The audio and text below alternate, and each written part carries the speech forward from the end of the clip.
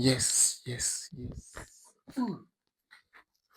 As you can see, I'm doing a lot of trading policies because I realized that where best actually is good to do my video than on a soft and something that is comfy, something that feels at home, something that makes me feel very comfortable. Because when I feel very comfortable, I'm able to express how I feel deeply and I'm able to find words to better express what I'm trying to say, to better express what's currently going on in my brain, what's currently going on my mind. So today being the 321, like I said yesterday, I'm going to continue with investment talk. But today I'm just going to be brief because I'm going to be closing it as a chapter. So what I want to be doing now is pick one topic, talk about it for a week. So during that week that I'm talking about it, I will learn more on it, then you also learn more on it. So that way we have a win-win situation. So you think. So continuing on investment. Now what I'm going to be talking about investment part today is that as you are investing in your future, always secure your present because if your present is not good enough, you will not be able to secure your future.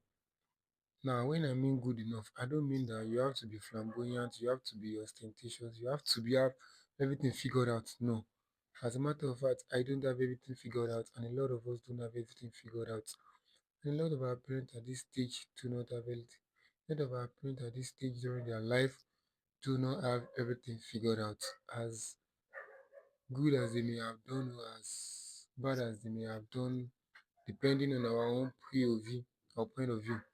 So not everybody has everything figured out at this age. Even people that are older than us don't have everything figured out yet. Why are this dog barking and stressing my video? Anyway, so what I mean by having everything, what I mean by being securing your future and also securing your present means that you need to move past the stage of what am I going to eat tonight? What am I going to eat tomorrow? What am I going to eat next month? Now, how do you move past the stage? It means you have to make sure that you have a skill that is paying you very good money income. Now, if you have a good skill or you're not getting money, the problem is not the skill. The problem is you. And when I mean the problem is you, the problem is you in the sense that you are putting yourself out to the wrong audience. You're not targeting the type of people you should be targeting. Or if you are making money, you are making meager amounts of income. You're just making meager amounts of income to go by from month to month. That means you are working with the wrong set of people. You're working with people that don't value your time, that don't value your skills, that only see you as somebody that is replaceable. Because only somebody who is replaceable will they be paying such issue like tiny amounts. There's this client I'm working with. I'm replaceable, yeah, I know. I'm not proud. But for you to replace me, you have to find 9 different people that will replace me. That's 100% something I know and I'm very proud of.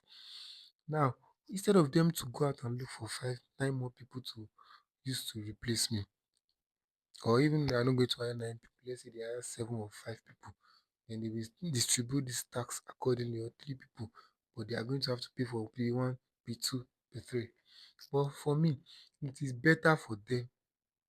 They would have thought about it.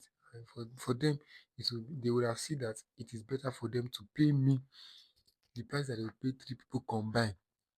You get?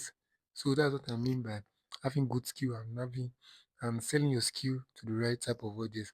Now there are a lot of platforms where you can do this. You can use Seller, you can use Facebook, you can use Facebook Marketplace, you can use LinkedIn, Upwork, Fiverr, Freelancer,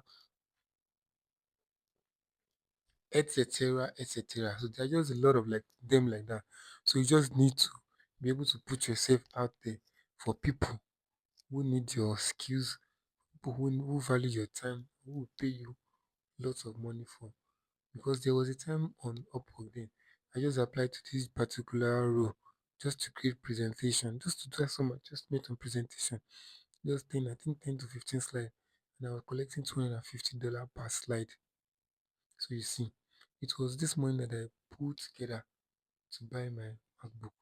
So what I'm trying to say in essence is that I secured my future, I secured my present, and me securing my present me I make sure that I had job that is paying me enough to be able to upgrade my workspace, to be able to feed myself, and even send some money back home. So the what we are going to be underlining here is investment into your future and investment into your present. Because without investing into your present, you cannot invest into your future. Your past self from yesterday, you will not be in love with your past self your yesterday today. By next year, you will not be in love with the past with this current year with this current version of with this current version of you are in this year. So that's how it is. You should always aspire to be better in the future, so that when you get to the future you wonder, wow, so I was like this in the past. It shows that I am a better person, I'm in a better space. So that's just basically everything I'm going to try to talk here about on the 321 of showing up consistently. Remember, I have something for you tomorrow. That's just that by the way. So remember, stay cheesed up, enjoy your life. Remember, take life softly.